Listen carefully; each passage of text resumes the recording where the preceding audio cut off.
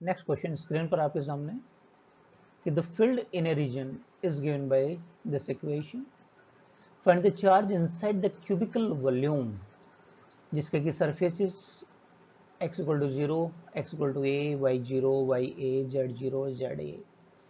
ई naught की value है, l की वैल्यू और a की वैल्यू हमारे पास है। ठीक है, मान लीजिए इस क्यूब की बात हो रही है, ये x axis, y axis, z axis हमने दिखा दिया है, हर एक साइड इसका a है। Fine, okay. अब फ्लक्स की बात करें यदि हम, तो इलेक्ट्रिक फील्ड बेसिकली क्या है, x एक्सिस के अलोंग है क्वेश्चन के अकॉर्डिंग, तो बाकी सरफेसेस से तो जीरो हो जाएगा, क्योंकि इलेक्ट्रिक फील्ड यदि x एक्सिस के अलोंग हो तो बाकी सरफेसेस का एरिया वेक्टर 90 डिग्री बनाएगा। तो एक तो ये सरफेस काम में आना है, दूसरा ये सरफेस हमारे काम में आने वाला है। यहाँ एरिया वेक्टर ऐसे लेंगे अपन, और इलेक्ट्रिक फील्ड तो x एक्सिस के अलोंग दे रखा है क्वेश्चन में।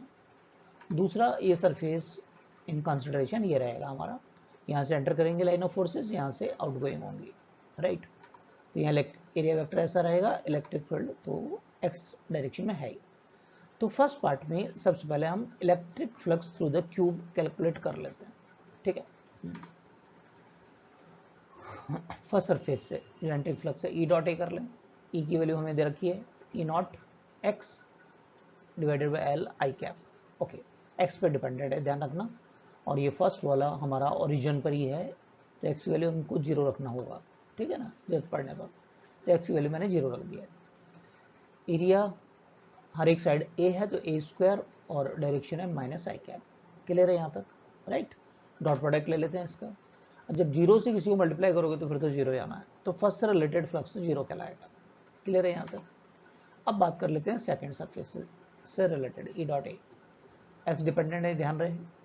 तो यहाँ एक्स की वैल्यू हमको ए लेना है, ये वाला है ना। एक एक स्टेप को समझ लीजिए ध्यान से। तो यहाँ एक्स की जगह ए रख दिया हमने। अब डॉट प्रोडक्ट लेते हैं, आई डॉट आई 1 हो जाएगा हमारा। तो क्या ये आएगा, E naught a cube divided by L.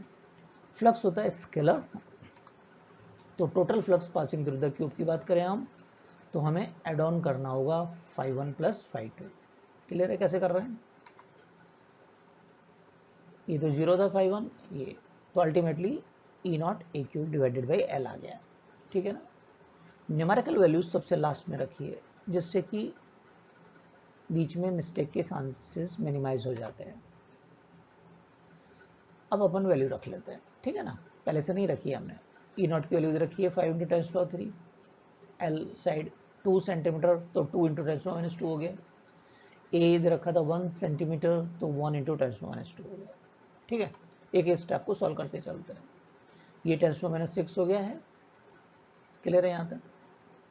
ऊपर ये दोनों मिलकर 10⁻³ हो गया, तो 2 का डिवाइड हो जाएगा आराम से, कोई दिक्कत नहीं। 2.5 × 10⁻⁻1 यानी कि हमारे पास आ गया 0.25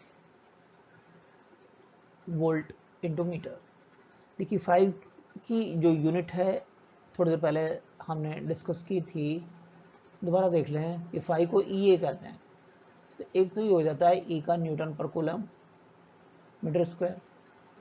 दूसरा ई को हम वोल्ट V/D कह सकते हैं, ई को इंटू एरिया, तो ये हो गया वोल्ट पर मीटर इंटू मीटर स्क्वायर। तो अब यहाँ से आप देख सकते हैं कि वोल्ट इंटू मीटर भी इसकी एसआई यूनिट होती है। कैसे लिखा हमने, यहाँ तक ठीक है। तो टोटल फ्लक्स की वैल्यू आ गई 0.25। अब थर्ड पार्ट पे चलते हैं कि total charge inside the cube कितना है। तो गॉस लॉ लगा दें अपन। गॉस लॉ क्या कहता है कि charge enclose divided by epsilon naught. Phi की वैल्यू हमारे पास है, ठीक है ना, वैल्यू रख दें 8.85 × 10⁻12 इंटू 0.25 मल्टीप्लाई कर लें, तो ये अप्रॉक्स आ जाएगा 2.2 × 10⁻12 कूलम। तो this much is the charge enclosed in the cube.